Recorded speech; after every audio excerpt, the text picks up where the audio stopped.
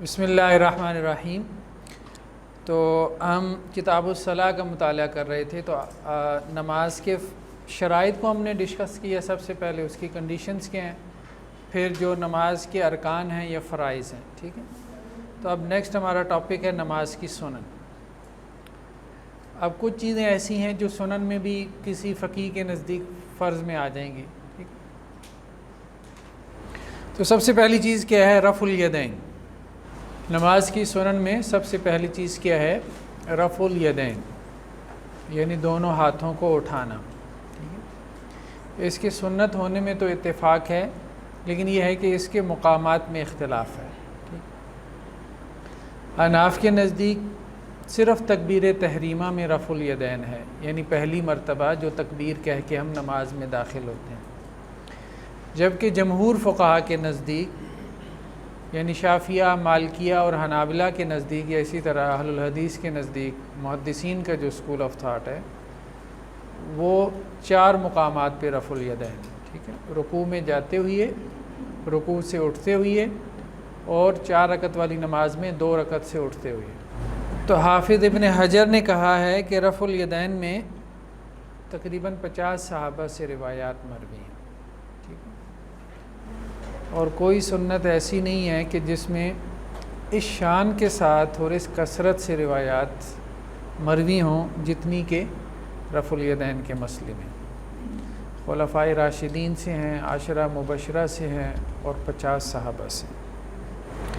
حناف کے نزدیک رفع الیدین کی روایات منسوخ ہیں، ٹھیک ہے۔ وہ مانتے ہیں کہ یہ روایات ہیں، لیکن وہ کہتے ہیں کہ یہ منسوخ ہو چکی ہیں، اور ان کی ناسخ جو ہے اس میں وہ عام طور پہ جو روایت بیان کی جاتی ہے وہ عبداللہ ابن مسعود رضی اللہ عنہ کی روایت ہے کہ انہوں نے ایک دفعہ کہا کہ میں تمہیں رسول اللہ صلی اللہ علیہ وسلم کی نماز پڑھ کے نہ دکھاؤں، اور جب انہوں نے پڑھ کے دکھائی تو راوی یہ کہتے ہیں کہ انہوں نے صرف پہلی مرتبہ رفع الیدین کیا۔ اس روایت کو وہ ناسخ مانتے ہیں، بقیہ تمام روایات، اور وہ بہت کثرت سے ہیں، صحیح ستہ میں ہیں، صحیح بخاری میں ہیں، صحیح مسلم میں ہیں۔ جیسا کہ صحیح بخاری کی روایت ہے حضرت عبداللہ ابن عمر سے کہ اللہ کے رسول صلی اللہ علیہ وسلم جب نماز کے لیے کھڑے ہوتے تو اپنے دونوں ہاتھ جو ہے وہ کندھوں کے برابر اٹھاتے، جب رکوع کے لیے جاتے تو پھر بھی اسی طرح سے کرتے، دونوں ہاتھ کندھوں تک اٹھاتے، اور جب رکوع سے سر اٹھاتے تو پھر بھی اللہ کے رسول صلی اللہ علیہ وسلم دونوں ہاتھ جو ہے وہ کندھوں تک اٹھاتے تھے۔ تو اس معنی کی بہت ساری روایات ہیں، تو وہ ان روایات کو کیا کرتے ہیں؟ منسوخ تصور کرتے ہیں۔ لیکن زیادہ بہتر رائے یہی ہے کہ یہ روایات منسوخ نہیں ہیں۔ اس کی وجہ یہ ہے کہ ایک صحابی کے فعل سے ہم رسول اللہ صلی اللہ علیہ وسلم کے فعل کو منسوخ قرار نہیں دے سکتے، یا زیادہ سے زیادہ یہ بات کہی جا سکتی ہے کہ صحابی کا فعل جو ہے وہ رسول اللہ صلی اللہ علیہ وسلم کے فعل کے منسوخ ہونے پہ دلالت کر رہا ہو، یعنی صحابی کے فعل جو ہے اس سے یہ ثابت ہو رہا ہو کہ جی یہ منسوخ ہو چکی تھی۔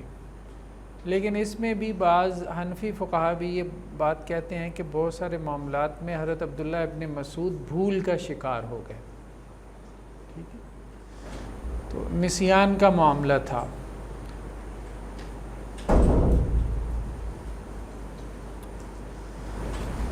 جیسا کہ معوذتین، سورہ فلق، سورہ ناس کو حضرت عبداللہ ابن مسعود جو ہے وہ قرآن مجید کا حصہ نہیں سمجھتے تھے۔ وہ یہ کہتے تھے کہ یہ دعا کے طور پہ نازل ہوئی ہیں، یہ قرآن مجید کے طور پہ نازل نہیں ہوئی، یہ آخری 2 صورتیں۔ اسی طرح سے رکوع کی حالت میں وہ گھٹنوں پہ ہاتھ رکھنے کے قائل نہیں تھے، ٹھیک ہے، بلکہ دونوں گھٹنوں کے درمیان ہاتھ رکھنے کے قائل تھے، ٹھیک ہے۔ جیسے دونوں ٹانگیں آپ جوڑ لیں نا، اور دونوں گھٹنوں کے درمیان آپ ہاتھ رکھ لیں۔ اسی طرح سے اور بھی مسائل ہیں۔ جس میں ان کی رائے کیا ہے؟ شاذ ہے۔ شاذ رائے کسے کہتے ہیں؟ کہ عام طور پہ جو صحابہ کی رائے ہے اس سے کیا ہے؟ مختلف ہے۔ مطلب ایک طرف 50 صحابہ کی رائے آ رہی ہے نا، حافظ ابن حجر کہہ رہے ہیں کہ 50 صحابہ سے رفع الیدین کی احادیث مروی ہیں، جس میں 10 مبشرہ ہیں، جس میں خلفائے راشدین ہیں، یعنی حضرت ابوبکر، عمر، عثمان اور علی رضی اللہ عنہ۔ ٹھیک، تو پھر ہم یہی کہیں گے کہ ان کو بھول ہو گئی، حضرت عبداللہ بن مسعود کو بھول ہو گئی، یا ویسے بھی بندہ بھول سکتا ہے۔ ایک تو یہ ہے نا موقف کے طور پہ ان کو جو ہے وہ غلطی لگی، ٹھیک ہے، موقف کی غلطی بھی ہو سکتی ہے، اور یہ بھی ہو سکتا ہے کہ وہ بھول گئے ہوں۔ اسی طرح جب 3 آدمی جو ہے وہ نماز کے لیے کھڑے ہوں تو اس میں ترتیب کیا ہے کہ 2 پیچھے کھڑے ہوتے ہیں۔ اس مسئلے میں بھی وہ اختلاف کرتے تھے، ٹھیک ہے، پیچھے کھڑے ہونے کے قائل نہیں تھے 2 مقتدیوں کے۔ تو مطلب ایک فہرست ہے، حضرت عبداللہ ابن مسعود کی جو ہے وہ ایک فہرست ہے۔ یہ صاحب کتاب نے بھی اشارہ کیا بعض چیزوں کی طرف، جیسے قرآن مجید، اب یہ صحیح بخاری کی روایت ہے کہ قرآن مجید میں کیا ہے؟ واللیل اذا یغشی والنہار اذا تجلی وما خلق الذکر والانثی۔ تو وہ ان کے ہاں جو قرات تھی وہ وما خلق نہیں تھی، والذکر والانثی تھا، وہ یہ پڑھتے تھے۔ تو اب یہ کوئی بھی قرات نہیں ہے، ویسے ہیں نا 17 قرات، ان میں اختلافات ہوتے ہیں، تو یہ ان میں سے بھی نہیں ہے۔ تو بعض معاملات میں ان کو بھول لگی ہے۔ تو زیادہ بہتر توجہ یہی ہے کہ یہ ان کے بھول کے مقامات میں سے۔ تو اسی طرح صحیح بخاری کی ایک اور روایت ہے حضرت عبداللہ ابن عمر سے ہی، اور یہ گولڈن چین ہے نا، مطلب کہتے ہیں کہ یہ سلسلۃ الذہب ہے، ٹھیک ہے۔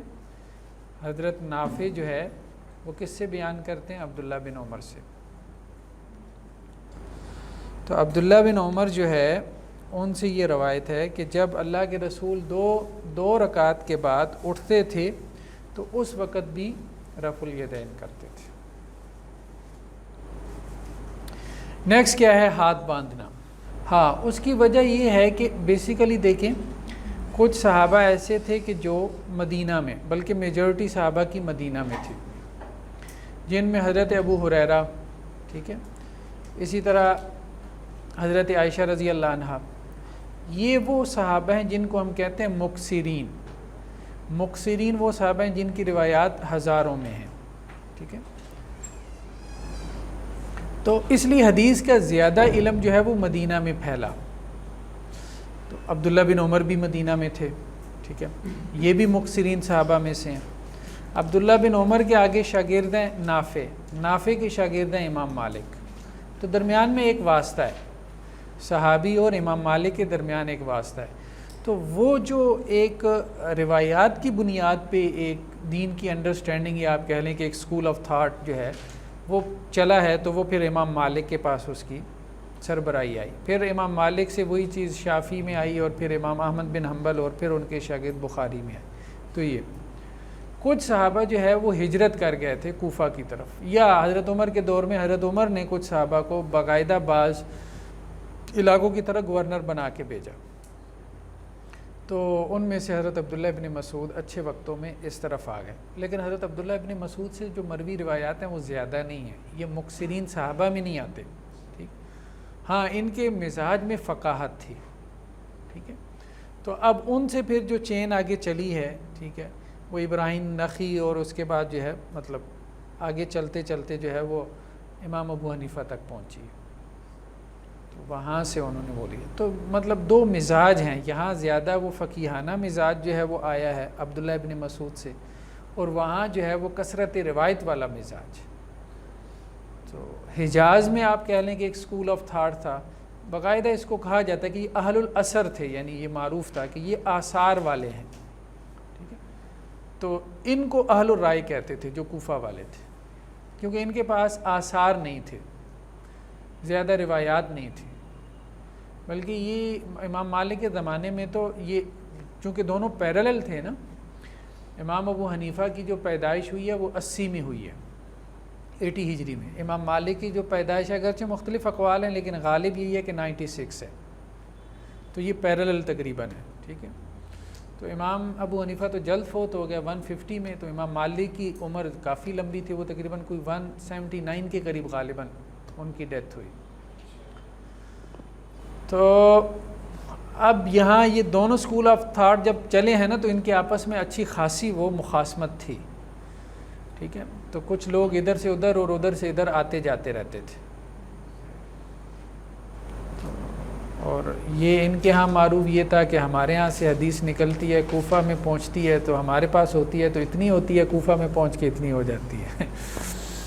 وہ یہ کہتے تھے کہ یہ تو سارے ہیں ہی روایت پرست، جسے کہتے ہیں کوئی دماغ شماغ استعمال نہیں کرتے.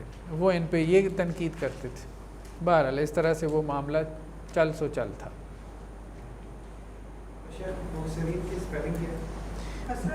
ہاں کثرت سے، کثرت مکثرین باب وہ افعال سے ہو جائے گا نا، مکثر. ہاتھ باندھنا، تو یہ اہل الحدیث اور اہل الرائے کی تقسیم اس دور کی تقسیم ہے. ٹھیک ہے نا. آپ سنن ترمذی میں بھی دیکھیں گے تو وہ یہ کہتے ہیں کہ ہمارے جو ائمہ ہیں اہل الحدیث وہ یہ باقاعدہ ٹرم استعمال کرتے ہیں. یہ نہیں ہے یہ کوئی بر صغیر کی، مطلب ٹھیک ہے بر صغیر میں بھی کچھ لوگ پیدا ہوئے جنہوں نے اپنے آپ کو اہل الحدیث کہا. بیسیکلی تو یہ اصل میں دو مکاتب فکر تھے. ایک اہل الحدیث جو یہ ان صحابہ سے چلا جو مدینہ میں تھے، جو مکثرین تھے، پھر اس کی ریاست امام مالک کے پاس آئی، ان کو اہل العصر بھی کہتے تھے. اور دوسری طرف جو ہے وہ اہل الرائے، اہل الرائے کہلاتے، یعنی رائے والے، قیاس والے، جو رائے اور قیاس کا زیادہ استعمال کرتے تھے. ان کا جو آپ کہہ لیں اوریجن تھا وہ عراق تھا یا کوفہ تھا. وہاں بھی بڑے بڑے امام، مطلب امام ابو حنیفہ کے لیول کے پیدا ہوئے، لیکن ان کی فقہیں چونکہ نہیں چلی تو وہ صرف کتابوں میں رہ گئے. ابن ابی لیلہ ہیں یا اور اس طرح کے، ابو ثور ہیں. ٹھیک ہے.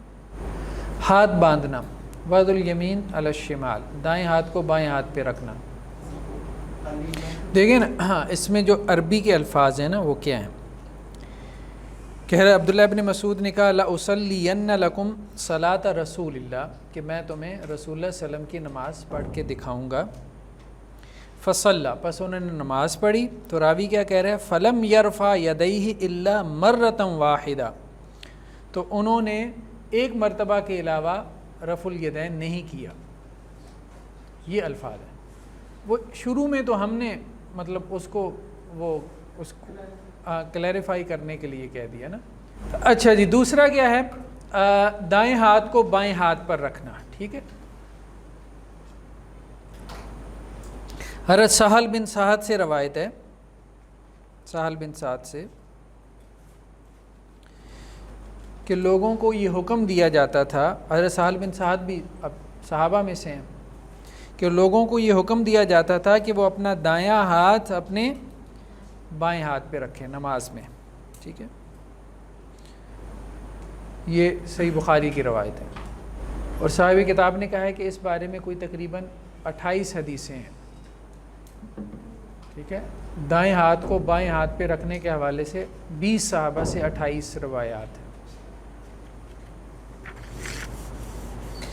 تو اس میں اختلاف جو ہے وہ صرف مالکیہ نے کیا ہے. ان کی بھی آپ کہہ لیں کہ ایک اسکول آف تھاٹ نے.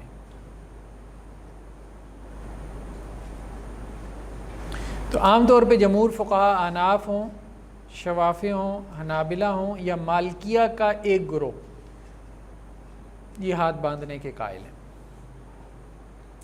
لیکن مالکیہ کا ایک دوسرا گروہ ارسال کا قائل ہے، یعنی ہاتھ چھوڑ کے نماز پڑھنے کا. اور آج تک مالکیہ میں یہ دونوں ٹرینڈز چلے آ رہے ہیں. یعنی آج بھی آپ کو افریقن کنٹریز میں ایسے مل جاتے ہیں مالکی جو ہاتھ چھوڑ کے نماز پڑھتے ہیں. جی جی ہاں، ہم سنن کہہ رہے ہیں نا، نماز کی سنن ہے. نماز کی سنن ہے. سنت تو ہم یہی کہیں گے کہ جی ہاتھ باندھ کے نماز پڑھنا ہے. جس نے ہاتھ چھوڑ کے نماز پڑھی اس نے ایک سنت کو ترک کر دیا، یہی ہم کہیں گے نا. جیسے ہم رفع الیدین کے بارے میں کہتے ہیں کہ اصلاً یہی بات ثابت ہے.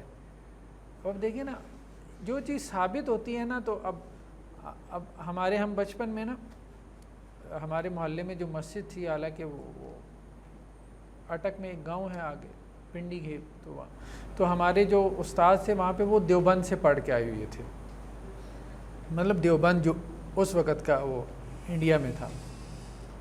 تو ہم تو چھوٹے چھوٹے بچے ہوتے تھے،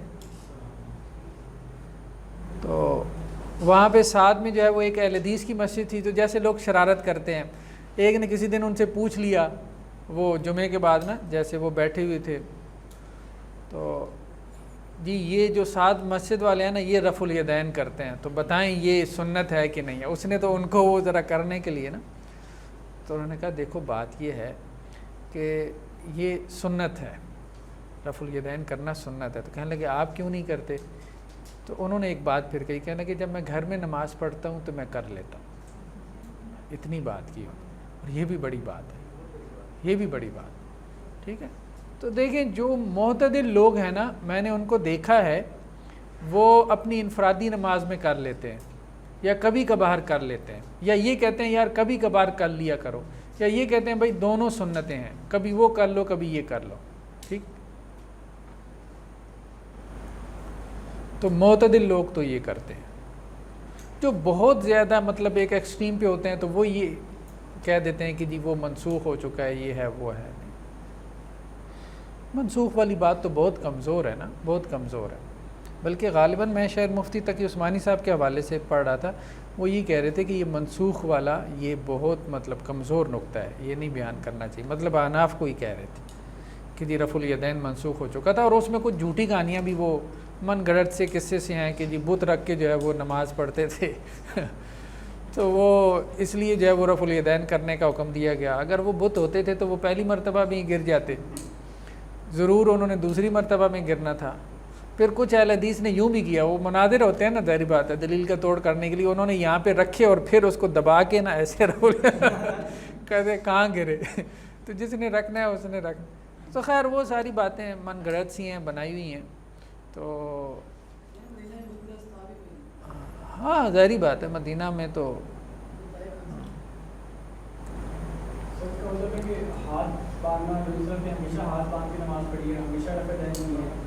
ہاں بالکل یہ بات تو ہم تو یہی کہیں گے. کس کے؟ نہیں یہ نہیں ہم کہتے. وہ اس کی دیکھیں نا، ایک بات تو یہ ہے کہ جیسے حج کے موقع پہ تو سر ڈھانپنا ویسے ہی ممنوع ہے. تو کیسے ممکن ہے کہ اللہ کے رسول صلی اللہ علیہ وسلم نے جو ہے وہ حالت ہیں؟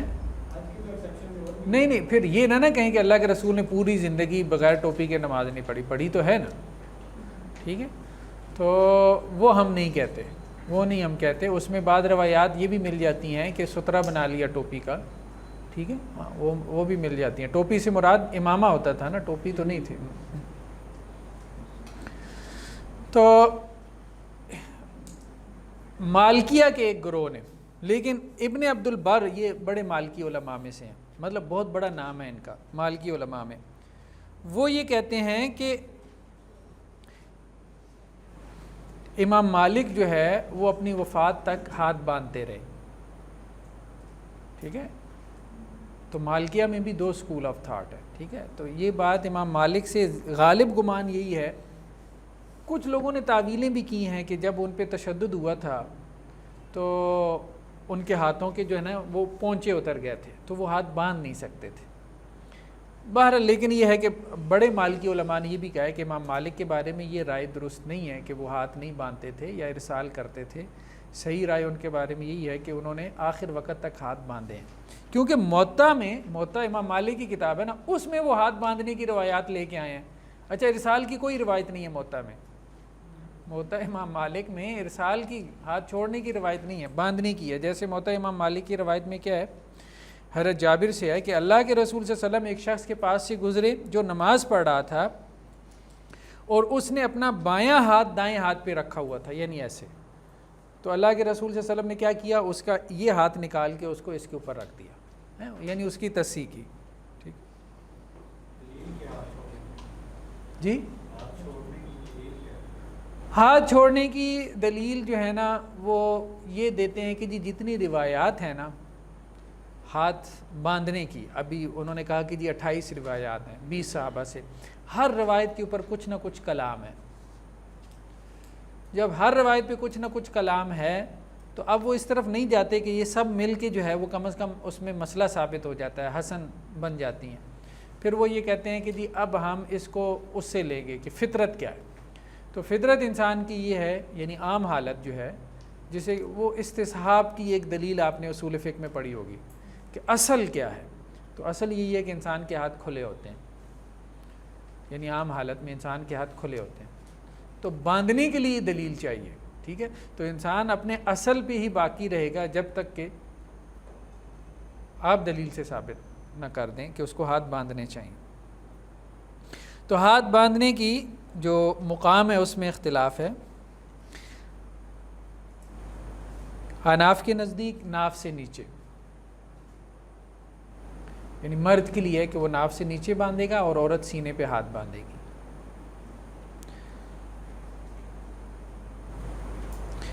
حنابلہ کے نزدیک دونوں روایات ہیں امام احمد سے، کچھ ناف سے نیچے کے قائل ہیں اور کچھ ناف کے اوپر۔ شوافی کے نزدیک سینے کے نیچے، سینے پر نہیں، سینے سے نیچے، ٹھیک ہے؟ لیکن وہ یہ ہے کہ ناف سے اوپر ہی ہو جاتا ہے۔ تو اہل الحدیث کے نزدیک سینے پر ہے۔ تو زیادہ جو روایات جسے ہم کہتے ہیں جو اتھینٹک روایات ہیں وہ سینے پر ہاتھ باندھنے کی ہیں۔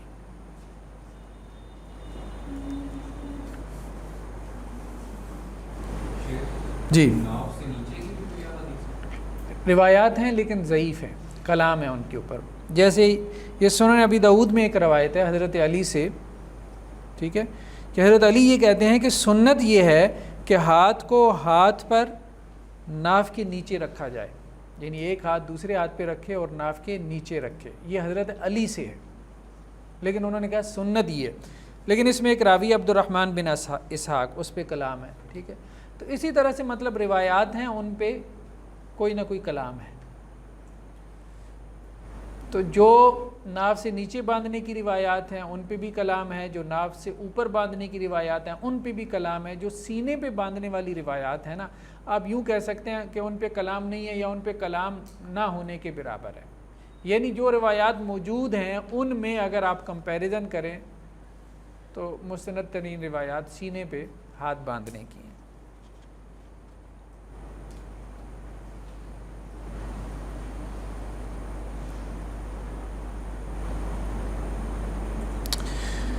تو سنن ابی داؤد میں ایک اور روایت ہے کہ جس میں ایک راوی یہ کہتا ہے کہ میں نے حضرت علی کو دیکھا کہ انہوں نے ناف کے اوپر ہاتھ باندھ رکھے تھے، ناف کے اوپر ہاتھ باندھ رکھے تھے، ٹھیک ہے۔ تو جو مطلب ناف سے اوپر باندھنے کے قائل ہیں تو انہوں نے اس سے لے لیا، لیکن اب یہ روایات جو ہے وہ خود بھی آپس میں ٹکرا رہی ہیں،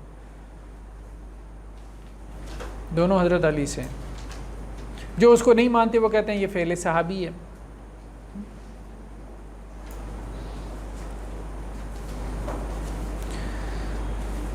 تو بہرحال مسند احمد کی روایت ہے حلب الطائی سے کہ میں نے رسول اللہ صلی اللہ علیہ وسلم کو دیکھا کہ آپ صلی اللہ علیہ وسلم نے اپنا دایاں ہاتھ اپنے بائیں ہاتھ پہ اپنے سینے پر رکھا ہوا تھا، علی صدری، صدر کے لفظ ہیں، یہ سنن ترمذی میں بھی ہے۔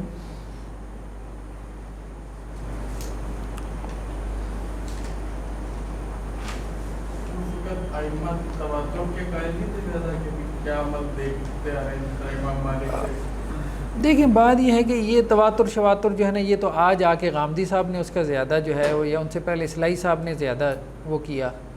بات یہ ہے کہ تواتر عملی اگر کوئی چیز ہوتی تو یہ اختلاف ہی کیوں پیدا ہوتا، ٹھیک ہے۔ تو تواتر عملی کوئی چیز نہیں ہے، تواتر عملی اس لیے کوئی دلیل نہیں بن سکتی کیونکہ بدعات ساری متواتر ہوتی ہیں۔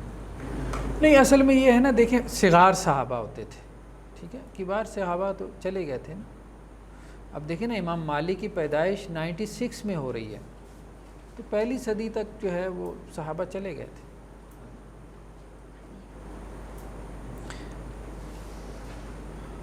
جی تیسرا کیا ہے؟ افتتاحی دعا، دعائے استفتاح جسے کہتے ہیں، یعنی شروع میں ہم جو دعا پڑھتے ہیں، ٹھیک ہے۔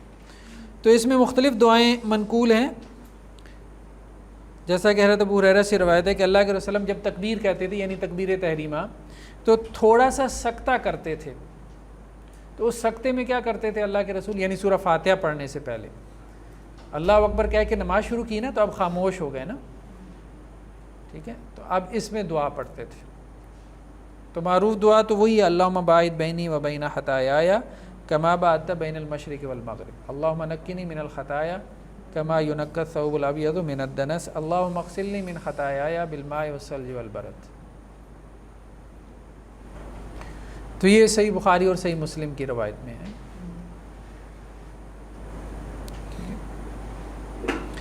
لیکن وہ جو حضرت عمر سے منقول ہے، دوسری دعا جو عام طور پہ معروف ہے، وہ حضرت عمر سے منقول ہے، سبحانک اللہم و بحمدک و تبارک اسمک و تعالی جدک و لا الہ غیرک۔ حضرت عمر تک اس کی سند ٹھیک ہے، تو یہ بھی پڑھ سکتے ہیں، لیکن زیادہ اتھینٹک دعا وہی ہے۔ اس کے علاوہ دعائیں بھی آپ کو مل جاتی ہیں، مطلب حسن المسلم یا کوئی بھی پاکٹ سائز میں کتاب لے لیں تو بہت ساری دعائیں استفتاح ہیں، اللہ کے رسول صلی اللہ علیہ وسلم موقع بموقع یعنی بدل بدل کے ان کو پڑھتے تھے۔ تہجد کی نماز میں علیحدہ دعائیں ہیں جو آپ پڑھتے تھے۔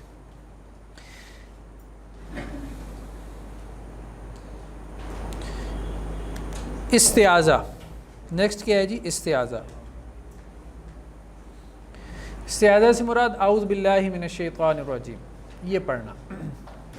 تو استعاذہ کی دلیل قرآن مجید کی آیت ہے، فَإِذَا قَرَأْتَ الْقُرْآنَ فَاسْتَعِذْ بِاللَّهِ مِنَ الشَّيْطَانِ الرَّجِيمِ، ٹھیک ہے، کہ جب آپ قرآن پڑھیں تو اعوذ باللہ من الشیطان الرجیم پڑھ لیا کریں۔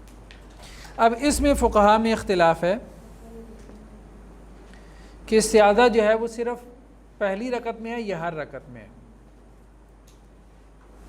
اس میں اختلاف ہے۔ کچھ فقہاء صرف پہلی رکعت کے قائل ہیں اور کچھ فقہاء ہر رکعت میں استعاذہ کے قائل ہیں۔ جو اصل میں اختلاف کی بنیاد کیا ہوئی؟ اختلاف کی بنیاد یہ ہوئی کہ نماز کی ہر رکعت میں جو قرات ہے کیا وہ مستقل قرات ہے یا وہ ایک ہی قرات ہے؟ بات سمجھ رہے ہیں؟ تو جنہوں نے کہا کہ ہر رکعت کی جو قرات ہے وہ مستقل قرات ہے، یعنی پہلی رکعت میں آپ نے قرات کی تو آپ کو استعاذہ پہلی رکعت کے لیے علیحدہ سے پڑھنا ہے، دوسری رکعت میں آپ نے ایک دوسری قرات کی ہے تو آپ کو دوسری مرتبہ استعاذہ پڑھنا ہے، تیسری رکعت میں آپ نے ایک تیسری قرات کی ہے تو آپ کو تیسری مرتبہ استعاذہ پڑھنا ہے۔ اور جن فقہاء نے کہا کہ نہیں، نماز میں جتنی رکعتوں میں آپ قرات کرتے ہیں وہ سب ایک ہی قرات ہے، اس کا حکم ایک ہی قرات کا ہے، تو وہ یہ کہتے ہیں شروع میں ایک مرتبہ استعاذہ پڑھ لیا جائے، اور یہی رائے درست ہے۔ کیونکہ دیکھیں نا، وہ تو درمیان میں کیا ہے؟ درمیان میں یہی ہے، تسبیح و تحلیل ہی ہے نا۔ آپ سورہ فاتحہ یا قرات کے بعد رکوع میں چلے گئے یا رکوع سے قومے میں چلے گئے، قومے سے سجدے میں چلے گئے، آپ نے تسبیح و تحلیل ہی کی نا، کوئی دنیاوی بات یا کام تو نہیں کیا، تو اس لیے وہ قرات کانٹینیو ہے، ٹھیک، وہ قرات منقطع نہیں ہوئی، ٹھیک۔ آمین پڑھنا، امام مالک یہ کہتے ہیں کہ یہ فرائض میں مکروہ ہے، فرائض میں کیا ہے؟ یہ مکروہ ہے، نوافل میں جائز ہے، نہیں فرائض میں مطلقاً پڑھنا، پہلی رکعت میں بھی۔ امام مالک کہتے ہیں کہ فرائض میں دلیل چاہیے نا آپ کو، تو آپ دلیل لے کے آئیں، جو دلیل بنائی ہے دوسرے فقہاء نے وہ تو ایک عمومی دلیل ہے نا، فَإِذَا قَرَأْتَ الْقُرْآنَ، تو انہوں نے کہا جب قرآن پڑھو، نماز میں یا غیر نماز میں۔ وہ کہتے ہیں یہ تو اصل میں بات ہو رہی ہے عام قرات کی، امام مالک یہ کہتے ہیں یہ بات ہو رہی ہے عام قرات کی، کہ عام جب بھی تم قرآن پڑھو۔ نماز کی بات ہے تو نماز کے لیے ہمیں دلیل لانی پڑے گی کہ رسول اللہ صلی اللہ علیہ وسلم نے کیا کیا؟ استعاذہ کی، تو اس لیے وہ اس کو لیکن منع بھی نہیں کرتے، اس لیے منع نہیں، حرام نہیں کہتے یا بدعت نہیں کہتے، اس لیے اس کو صرف مکروہ کہتے ہیں، ناپسندیدہ کہتے ہیں، کیونکہ بہرحال اس کے پڑھنے کے بارے میں دوسری طرف استدلال تو ہے، ایک مضبوط استدلال ہے۔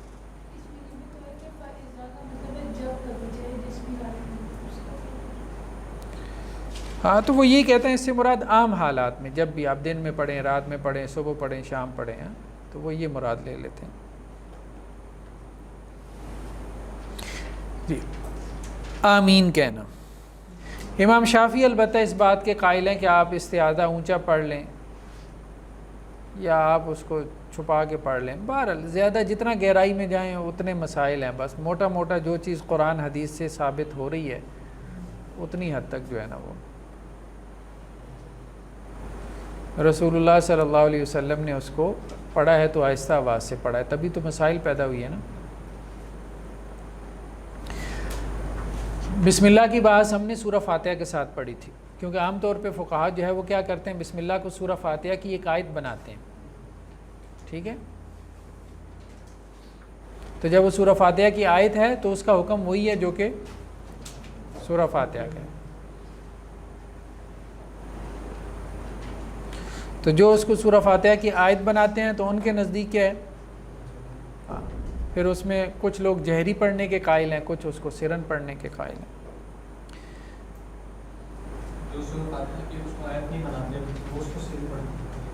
وہ سرن پڑھتے ہیں، لیکن جو آیت بناتے ہیں وہ بھی ان میں بھی دو قول ہیں، کچھ سرن پڑھنے کے قائل ہیں، کچھ جہرن پڑھنے کے قائل ہیں. فقہا کی بات کر رہے ہیں ہم، فقہا کی بات کر رہے ہیں. آمین کہنا.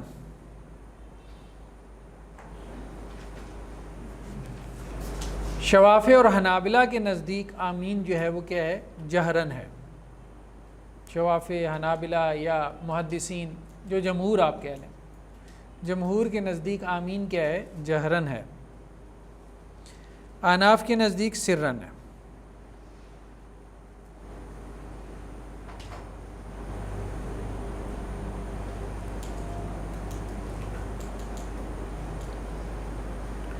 مالکیہ بھی جہرن کے ہی قائل ہیں، لیکن وہ تھوڑا سا فرق کر لیتے ہیں. وہ کہتے ہیں امام جو ہے وہ سرن کہے گا، مقتدی جہرن کہے گا.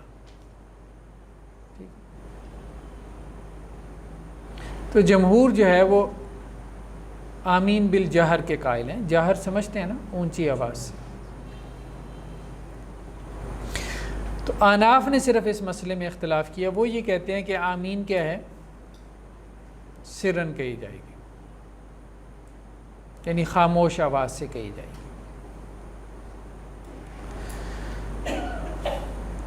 حضرت ابو ہریرہ سے روایت ہے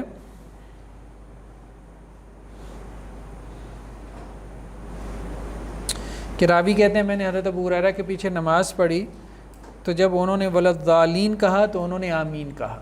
حضرت ابو ہریرہ نے آمین کہا. اب راوی نے سنا تو ظاہری بات ہے اتنی آواز تھی کہ اس نے سن لیا، اور لوگوں نے بھی آمین کہا. پھر حضرت ابو ہریرہ نے سلام کے بعد جو ہے یہ بات کہی کہ بے شک میری نماز جو ہے وہ رسول اللہ صلی اللہ علیہ وسلم کی نماز سے سب سے زیادہ مشابہ ہے. تو یہ روایت جو ہے وہ حضرت ابو ہریرہ سے.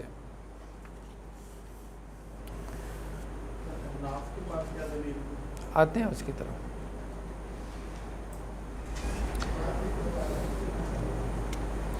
تو حضرت ابو ہریرہ سے روایت ہے سنن ابی داؤد میں کہ اللہ کے رسول صلی اللہ علیہ وسلم جب غیر المغضوب علیہم ولا الضالین کہتے اور آمین کہتے تو پہلی صف کے لوگ آپ کی آمین کی آواز سن لیتے تھے.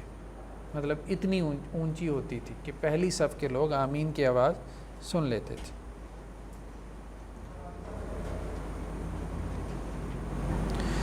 احناف نے اصل میں جو استدلال کیا ہے وہ ایک روایت سے کہ جس میں یہ ہے کہ اللہ کے رسول صلی اللہ علیہ وسلم نے آمین کہا اور اپنی آواز کو پست کیا.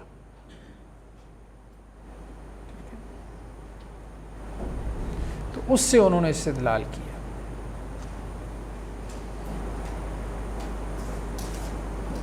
تو یہ وائل بن حجر کی روایت ہے. فحافظ بها صوتها، اللہ کے رسول صلی اللہ علیہ وسلم نے کیا کیا، آمین کے ذریعے اپنی آواز کو کیا کیا، فحافظ بها صوته، اپنی آواز کو پست کیا. لیکن محدثین کہتے ہیں یہ روایت ضعیف ہے، وائل بن حجر کی روایت. لیکن وائل بن حجر سے ہی ایک اور روایت یہ ہے کہ اللہ کے رسول نے آمین کہا یمد بہا صوتہ، اور اللہ کے رسول نے اپنی آواز کو کھینچا. تو مطلب اس قسم کے اختلافات ہیں. تو احناف جی ہاں اضطراب آ گیا، لیکن احناف مد یا مدوں کے معنی اور کر لیتے ہیں نا، یعنی کھینچ کے کہا، لمبا کر کے کہا. وہ جو محدثین ہیں وہ یہ کہتے ہیں مد یا مدوں کا مطلب کھینچنے کا مطلب یہ ہے کہ آواز میں اس کو کھینچا، مطلب اس کو اونچا کیا.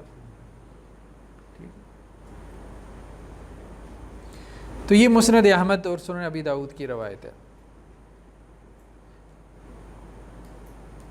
وائل بن حجر کی جو روایت ہے اس میں ایک جو مطلب اس میں اس کو طریق کہتے ہیں نا، طریق، اس میں رفع بہا صوتہ کے الفاظ بھی ہیں، اس کو بلند کیا نا اپنی صوت کو.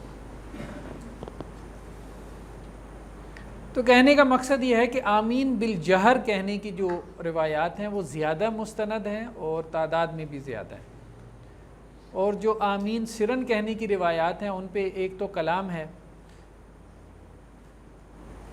اور دوسرا وہ اتنی اتھینٹک نہیں ہے، اتنی مستند نہیں ہے. بلکہ عطا یہ معروف تابعی ہیں، عطا مطلب مفسرین میں سے بھی ہیں، وہ کہتے ہیں میں نے 200 صحابہ کو مسجد نبوی میں دیکھا، 200 صحابہ کو، ٹھیک ہے، کہ جب امام جو ہے وہ ولضالین کہتا تھا تو ان کی آمین سے مسجد جو ہے وہ گونجتی تھی. ہاں نہیں، یہ تو اب ہمارے یہاں کو زیادہ جو شور مچاتے ہیں نا تو وہ بھی اچھا نہیں لگتا ہے. اسی سے دلیل پکڑتے ہو نا، مسجد گونج جاتی تھی، وہ مسجد کو جو ہے وہ گونجنا چاہیے، اب اس کے لیے ایسا شور مچاتے ہیں، گلا پھاڑتے ہیں، وہ غلط ہے نا. مطلب اتنا اونچا کہ آپ کی آواز پچھلی صف والے کیا کریں، سن لیں. مناسب سا گلا پھاڑنا تو ویسے ہی مطلب مناسب نہیں لگتا ہے.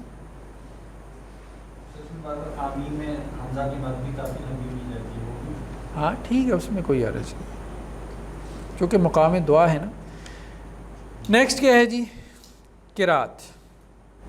بلکہ ایک روایت میں یہ بھی آتا ہے کہ جب امام یہ کہتا ہے آمین تو تم بھی آمین کہو، اور فرشتے بھی آمین کہتے ہیں، تو جس کی آمین جو ہے وہ فرشتوں کی آمین کے موافق ہو جائے تو اللہ تعالیٰ اس کے گناہ معاف کر دیتے ہیں.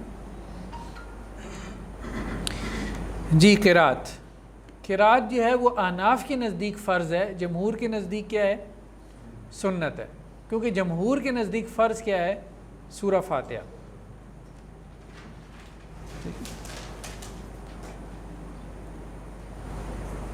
تو قرات سے مراد سورہ فاتحہ کے بعد جو قرآن پڑھا جاتا ہے وہ مراد لے رہے ہیں، ٹھیک ہے، کیونکہ سورہ فاتحہ تو اس کو ہم نے ڈسکس کر لیا نا ارکان میں یا فرائض میں.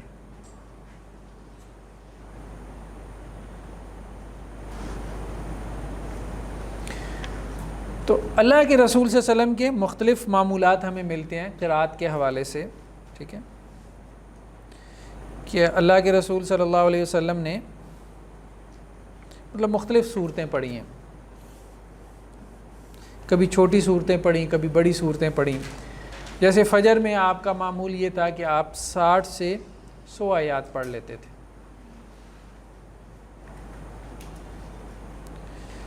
کبھی فجر میں آپ نے سورہ قاف اور سورہ روم پڑھی، کبھی سورہ اذا الشمس کورت اور سورہ اذا زلزلت الارض پڑھی، ٹھیک.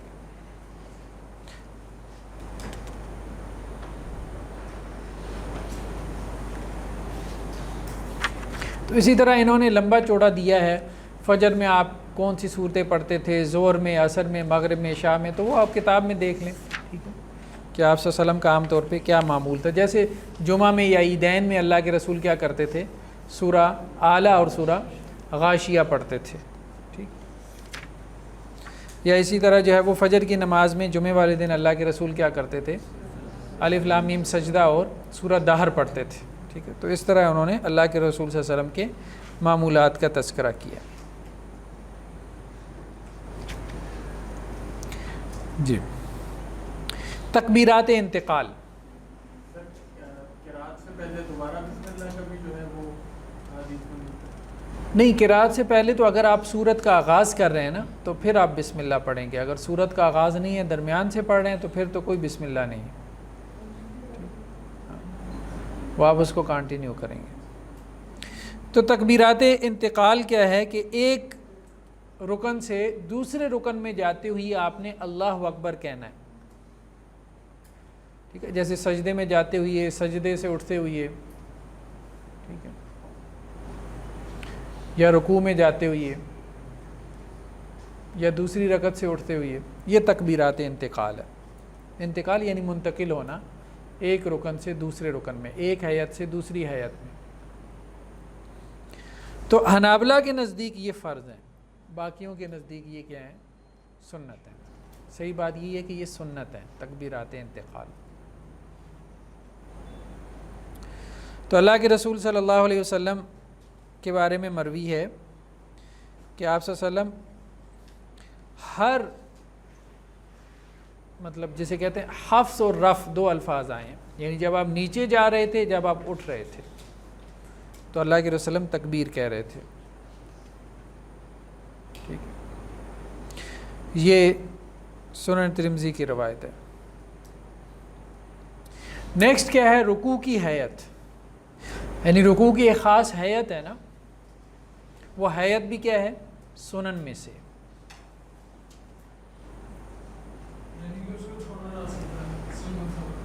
جی، رکوع کو نہیں، رکوع کی ہیئت کو. دو چیزیں ہیں نا، رکوع کرنا کیا ہے؟ فرض ہے. اس کی جو ہیئت ہے وہ سنن میں سے. ہاں، وہ ابھی ہم ڈسکس کر رہے ہیں نا، ہیئت سے کیا مراد ہے. حضرت عقبہ بن عامر سے روایت ہے کہ اللہ کے رسول صلی اللہ علیہ وسلم جب رکوع کرتے تھے تو اپنے دونوں ہاتھوں کو اپنے پہلوؤں سے جدا رکھتے تھے. یعنی یہ جو ہے نا بازو جیسے ایسے ساتھ نہیں ملاتے تھے، بلکہ جدا کر کے رکھتے تھے. ٹھیک، اور اپنے دونوں ہاتھ اپنے گھٹنوں پر رکھتے تھے، اور اپنی انگلیوں کو کھول کے رکھتے تھے. یعنی ان کے درمیان کیا ہوتا تھا؟ فرق ہوتا تھا. یعنی جیسے دونوں ہاتھوں سے آپ نے پکڑا ہوا دونوں گھٹنوں کو.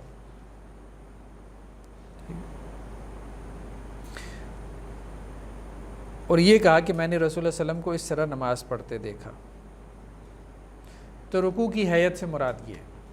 ٹھیک ہے، یہ نہیں رکوع کرنا تو ظاہری بات ہے، وہ تو رکوع کی ایک مخصوص ہیئت ہے. وہ ہیئت کیا ہے؟ سنن میں سے. اسی طرح ایک اور روایت میں سنن نسائی کی کہ اللہ کے وسلم جب رکوع کرتے تھے تو بالکل سیدھا ہوتے تھے. ٹھیک ہے، لیول برابر ہوتا تھا. سر کو نہ جھکاتے تھے نہ اوپر کرتے تھے. جیسے دیکھنا کچھ لوگ رکوع کرتے ہیں تو اپنا سر کیا ہے؟ جھکا لیتے ہیں، اور کچھ اوپر کر لیتے ہیں. ٹھیک،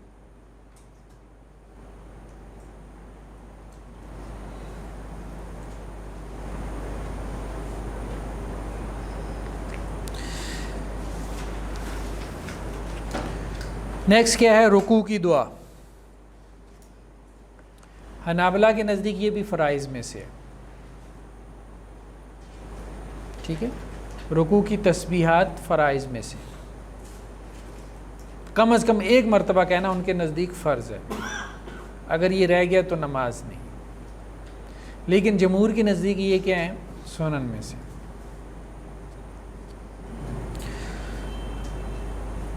تو جب یہ آیت مبارکہ نازل ہوئی، یہ سنن ابی داؤد کی روایت ہے، فسبح بسم ربک العظیم، تو اللہ کے رسول نے کہا اس کو کیا کرو؟ اپنے رکوع میں رکھ لو. تو سبحان ربی العظیم وہاں سے. جب یہ آیت نازل ہوئی سبح اسم ربک الاعلی، تو اس کے بارے میں اللہ کے رسول صلی اللہ علیہ وسلم نے کہا کہ اس کو اپنے سجدے میں رکھ لو.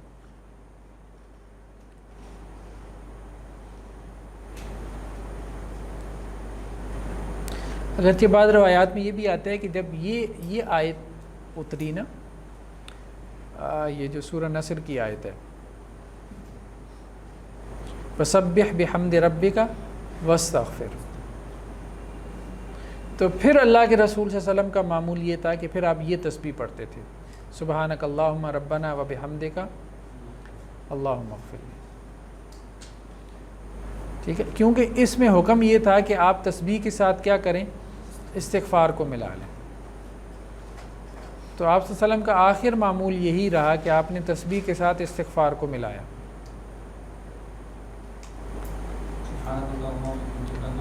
سبحانک اللہم ربنا و بحمدک اللہم اغفر لی، کہ اس میں تسبیح بھی آ گئی اور استغفار بھی آ گئی.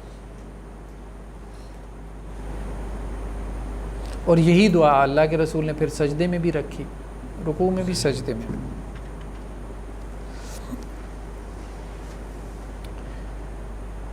قوما کی دعا، قوما میں بھی مختلف دعائیں ہیں. ربنا ولک الحمد، اللہم ربنا ولک الحمد، ٹھیک ہے. اور اسی طرح حمدن کثیرا طیبا مبارکا فی، اور بھی بہت ساری دعائیں ہیں مروی ہیں. نہیں، سورہ فاتحہ ہے، تشہد ہے، اس کو فرائض میں شامل کیا گیا ہے نا. ہاں دیکھیے، جمہور نے سورہ فاتحہ کو فرائض میں شامل کیا ہے. جمہور نے اسی طرح سے تشہد کو. جی، جماعت میں کیا مراد ہے؟ ہاں ظاہری بات ہے، جماعت میں بھی تو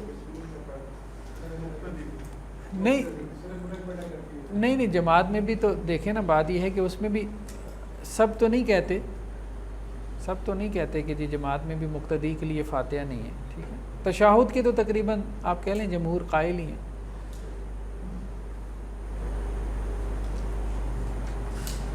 تو آپ فرض بنانا چاہتے ہیں، فرض بنا لیں. اصل بات یہ نہیں ہے، وہ یہ نہیں کہہ رہے کہ آپ ان کو چھوڑیں. اصل بات یہ ہے کہ اس کو اس طرح سے سمجھنے کی کوشش کریں کہ جس سے چھوٹ گئی ہے اس کی نماز پہ حکم لگانا ہے، نہ کہ چھوڑنے کے لیے موٹیویٹ کرنا ہے کہ بھئی یہ سنتیں ہیں آپ ان کو چھوڑ دیں. ٹھیک، تو فقہا چونکہ ان کا اصل مسئلہ جو ہے وہ قانونی تھا کہ ایک چیز کے اوپر آپ قانونی حکم کیا لگائیں گے، یعنی یہ ہو گیا ہے، اب یہ ہو گیا ہے، اس کا قانونی حکم کیا ہے. یہ نہیں کہ جی اب ہم نے یہ کرنا ہے. جی، قوما کی دعا. اس کے بعد کیا ہے؟ قوما سے سجدہ کی کیفیت.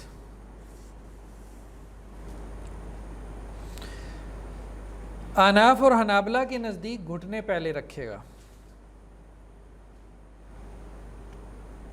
یعنی سجدے میں جاتے ہوئے اناف اور حنابلہ یہ کہتے ہیں پہلے گھٹنے رکھے پھر ہاتھ رکھے. ٹھیک ہے، اور جب اٹھے تو پہلے ہاتھ اٹھائے اور پھر گھٹنے اٹھائے. سمجھ رہے نا بات؟ جبکہ مالکیہ کے نزدیک یا محدثین کے نزدیک کیا ہے کہ پہلے ہاتھ رکھے پھر گھٹنے رکھے. لیکن مسئلے میں وسعت ہے. ٹھیک ہے، آپ پہلے گھٹنے رکھ لیں پہلے ہاتھ رکھ لیں، مسئلے میں وسعت ہے.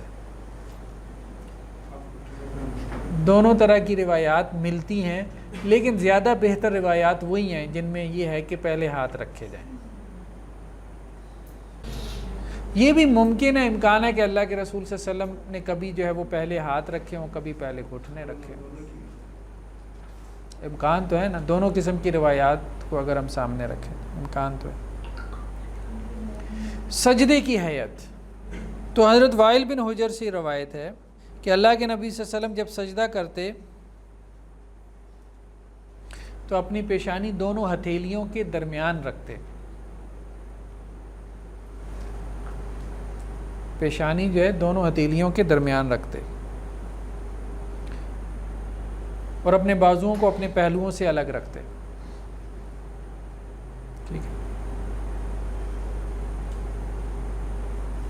تو یہ سجدے کی مخصوص حیات ہے. ٹھیک ہے، ایک تو یہ ہے نا کہ سجدے میں کچھ چیزیں لازمی، ہم نے کہا تھا 7 چیزوں کے اوپر سجدہ ہے. ٹھیک ہے، اب یہ ہے کہ سجدے میں ہاتھ کچھ لوگوں کے بہت آگے گئے ہوتے ہیں، کچھ لوگوں کے بہت پیچھے ہوتے ہیں. وہ ہاتھ کیسے رکھنے ہیں؟ وہ قبلہ رخ ہونے چاہیے. ٹھیک ہے، اس میں انگلیاں آپس میں ملی ہوئی ہونی چاہیے، وہ جو ہے وہ اس کے رخساروں کے برابر آ رہے ہوں. تو یہ سجدے کی حیت ہے جو سنن میں سے.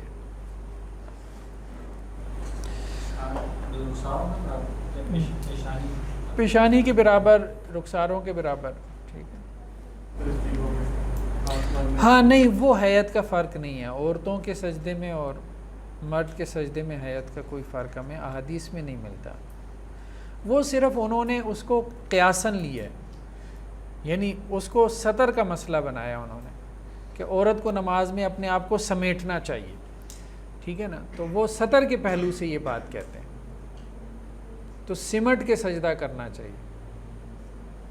حالانکہ وہ چیز لاجیکل نہیں ہے. مطلب چلیں وہ اگر پبلک پلیس پہ نماز پڑھ رہی ہے تو پھر اور بات ہے کہ سمٹ کے پڑھے اور آپ کوئی ایسی بات کر دیں. گھر میں ہے وہ، ٹھیک ہے، تو وہ بات لاجیکل معلوم نہیں ہوتی. نہیں، حدیث سے تو کوئی استدلال نہیں.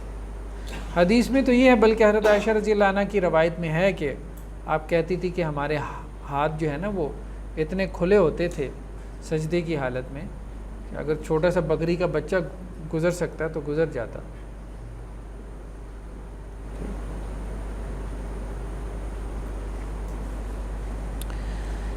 جی.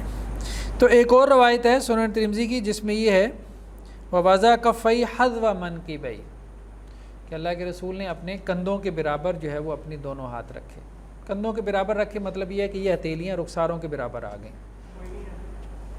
ممانعت نہیں ہے، بس یہی ہے کہ احادیث میں یہ ہے کہ آپ نے علیحدہ کیا، ٹھیک ہے، اپنے بازوؤں کو اپنے پہلوؤں سے علیحدہ کیا. جافا کے الفاظ ہیں نا، ٹھیک ہے.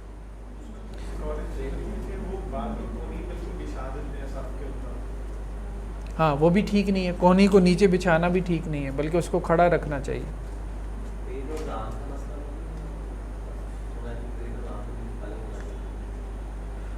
لیکن اس بارے میں ہمیں کوئی روایات نہیں ملتی.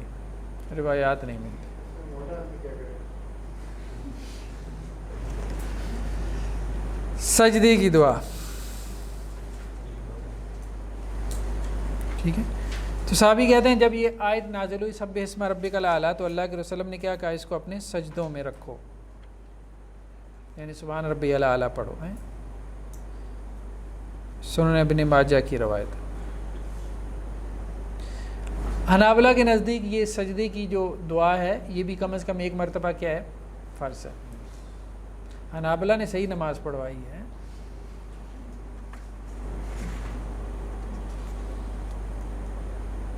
تو بعض جو ہے وہ اہل علم نے یہ بات کہی ہے کہ 3 مرتبہ تسبیح جو ہے نا وہ کیا ہے، پریفرڈ ہے، مستحب ہے رکوع میں، سجدے میں.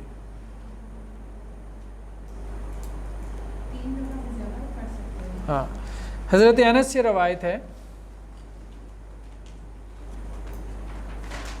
وہ یہ کہتے ہیں حضرت انس نے کافی لمبی عمر پائی رضی اللہ عنہ. حضرت عمر بن عبدالعزیز کے زمانے تک یہ زندہ رہے اور ان کا زمانہ 98 کوئی بنتا ہے. تو وہ یہ کہتے ہیں حضرت عمر بن عبدالعزیز کے بارے میں کہتے ہیں کہ ان سے زیادہ میں نے کسی کی نماز رسول اللہ کے مشابہ نہیں دیکھی. مطلب ایک صحابی ایک تابعی کے بارے میں گواہی دے رہا ہے. اور وہ 10 تسبیحات کہتے تھے رکوع میں، سجدے میں 10 مرتبہ. مطلب طاق جو ہے نا پریفرڈ ہے، مستحب ہے، اس لیے کہ عمومی جو شرع میں دلائل ہیں وہ یہی ہے کہ اللہ کے رسول طاق عمل کو پسند کرتے تھے، ٹھیک ہے. لیکن 10 کی گنتی بھی ٹھیک ہے.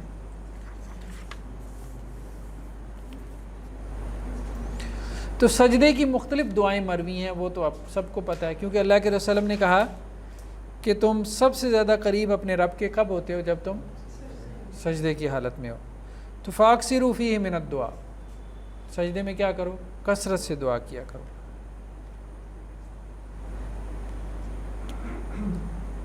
سجدے میں جو مسنون ہے اس کے علاوہ بھی دعا مانگی جا سکتی ہے نہیں؟ ہاں عربی میں، مطلب عربی زبان میں ہاں مانگ لے، کوئی حرج نہیں، مانگ سکتے ہیں. دعا سے تو کیا ہے، اللہ کے رسول نے کیا کہا، فَأَكْثِرُوا فِيهِ مِنَ الدُّعَاء، مانگو دعائیں جتنی مانگ سکتے ہو. پھر نماز کے بعد مانگے، ٹھیک ہے. ایک اور روایت میں وَأَمَّا السُّجُودُ فَاجْتَهِدُوا فِي الدُّعَاء، ٹھیک ہے، مطلب اجتہاد کا لفظ ہے، محنت کرو، مشقت کرو، مطلب دعا میں اپنے آپ کو تھکا دو. سجدی کی حالت میں کبھی اتنا لمبا سجدہ کر لینا چاہیے بندہ کہ یا اللہ اب اس سے لمبا تو نہیں ہو سکتا تھا. ایسے دعا کرو.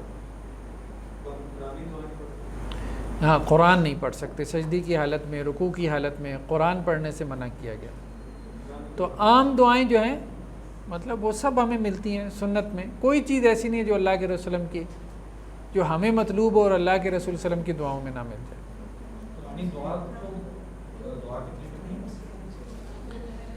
نہیں بہتر نہیں ہے، بہتر نہیں ہے. جلسہ کی کیفیت اور دعا، یعنی دو سجدوں کے درمیان جو ہم بیٹھتے ہیں ٹھیک ہے اور دعا کرتے ہیں.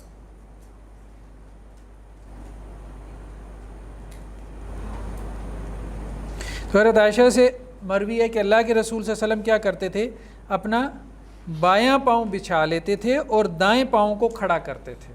یہ صحیح بخاری اور صحیح مسلم کی روایت ہے.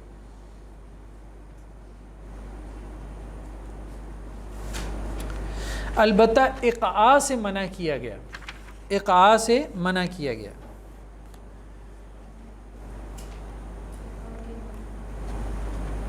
اقعاء جو ہے وہ بیٹھنے کی ایک خاص صورت ہے جس میں دونوں پاؤں آپ کھڑے کر لیتے ہیں اور اپنی سرین کے بل بیٹھتے ہیں زمین پر. اس کو اقعاء کہتے ہیں. ٹھیک ہے.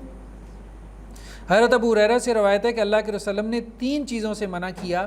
ایک مرغ کی ٹھونگ سے، یعنی مرغ جیسے ٹھونگ مارتا ہے ایسے ٹھونگ مار کے سجدہ کرو. اور دوسرا کتے کے بیٹھنے سے، کہ جیسے کتا بیٹھتا ہے ٹھیک ہے اس طرح سے بیٹھنے سے. اور تیسرا نماز میں اس طرح دیکھنے سے جیسے لومڑ دیکھتا ہے. یعنی کچھ لوگوں کو عادت ہوتی ہے نا کبھی ادھر ادھر دیکھتے رہتے ہیں نماز میں، اس سے. تو یہ مسند احمد کی روایت ہے. یعنی دونوں جو ہے وہ ایڑیوں کے بل، جیسے کہتے ہیں پنجوں کے بل جو ہے نا وہ بیٹھنا ہے. جی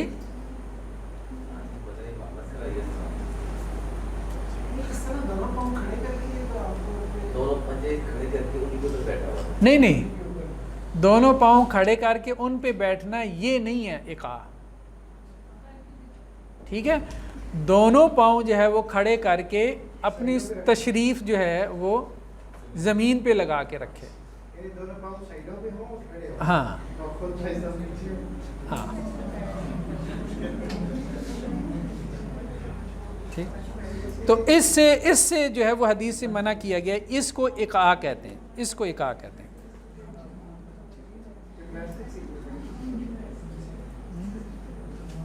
اچھا اقعاء کی ایک اور صورت بھی ہے جو جائز ہے. ٹھیک ہے. وہ کیا ہے؟ ایک پاؤں کے اوپر دوسرا پاؤں رکھنا. سمجھ رہے ہیں نا بات؟ ایک پاؤں کے اوپر یعنی دوسرا پاؤں کھڑا نہ کرے، جو دایاں پاؤں ہے اس کو کھڑا نہ کرے، اس کو کیا کرے بائیں پاؤں کے اوپر رکھ لے. اس کا جواز ہے. ائمہ اربعہ نے اقعاء کی دونوں صورتوں سے منع کیا ہے، لیکن محدثین کہتے ہیں کہ نہیں یہ دوسری صورت جائز ہے، کیونکہ اس کا تذکرہ جو ہے وہ احادیث میں ملتا ہے. ہاں بائیں پاؤں کے اوپر دایاں پاؤں رکھنا. ہاں کراس کر لیتے ہیں ایسے ایسے کر کے نا. ٹھیک ہے. گھر جا کے پریکٹس کریں نا آج ہے.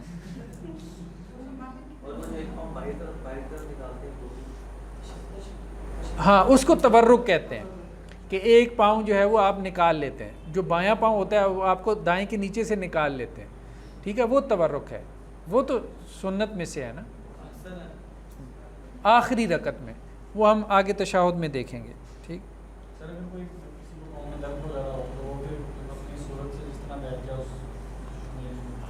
ہاں ٹھیک ہے. بس جس سے منع کیا اقعاء سے، اقعاء القلب، ٹھیک ہے، اس سے جو ہے وہ رکا رہے.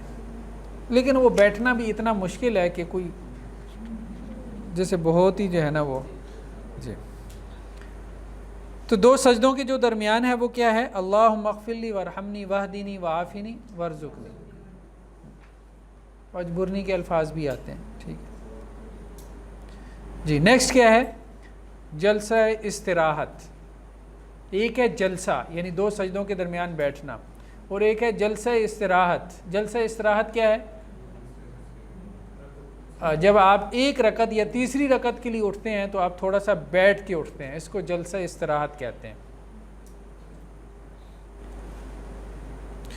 تو امام احمد اور امام شافعی کے نزدیک سنت ہے، اور امام مالک اور امام ابو حنیفہ کے نزدیک سنت نہیں ہے۔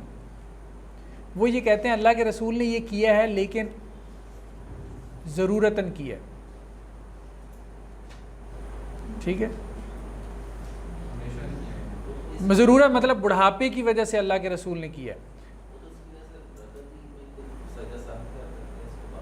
جی جیسے اس طرح کی وجہ سے تو سجدہ سہو بھی جو ہے وہ کرتے ہیں، کہتے بیٹھنے تو نہیں بات۔ وہ یہ کہتے ہیں کہ اللہ کے رسول صلی اللہ علیہ وسلم نے یہ بڑھاپے کی سبب سے کیا ہے، ٹھیک ہے، آپ بوڑھے ہو گئے تھے تو آپ کے لیے براہ راست اٹھنا، آپ کا جسم بھاری ہو گیا تھا تو اٹھنا ممکن نہیں رہا تھا، ٹھیک ہے،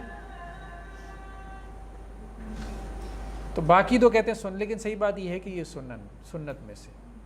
سبحانک اللہم و بحمدک نشہد ان لا الہ الا انت نستغفرک و نتوب الیک۔